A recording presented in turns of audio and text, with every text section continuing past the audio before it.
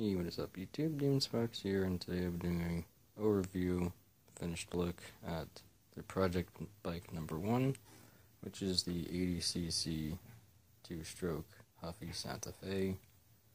I was working on cleaning it up and tweaking the rest of everything that needed to be done earlier. So yeah, I only lost a few different things on the bike. It's mostly due to the fact that it's a bicycle and it's not it's not used to so much vibrations added by the motor and excessive speed. So I've lost one of these back fender strap screws.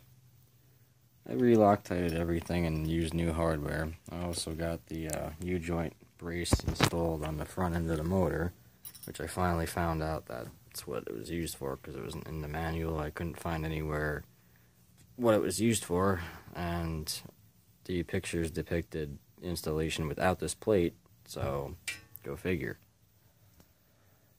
I didn't really lose, but these started loosening up, so I Loctited all of these and then snugged them down pretty tightly, but not over tight, of course.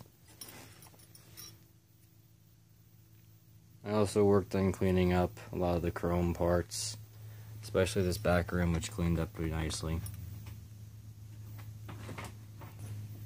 I also cleaned up the white walls. Sombrilla did some nice work on the white walls, clearing those back up to making them look white again. And these tires are obviously very dry rotted and cracked.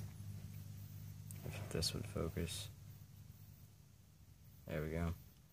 So yeah, they're very dry rotted and cracked. The front tire has heavy amounts of rust all over it, unfortunately. But yeah, I'm going to try to work on clearing that up as well. The front fender, like I said, I got most of the rust off, so it's looking a lot better than what it was. Not a whole lot much else has changed.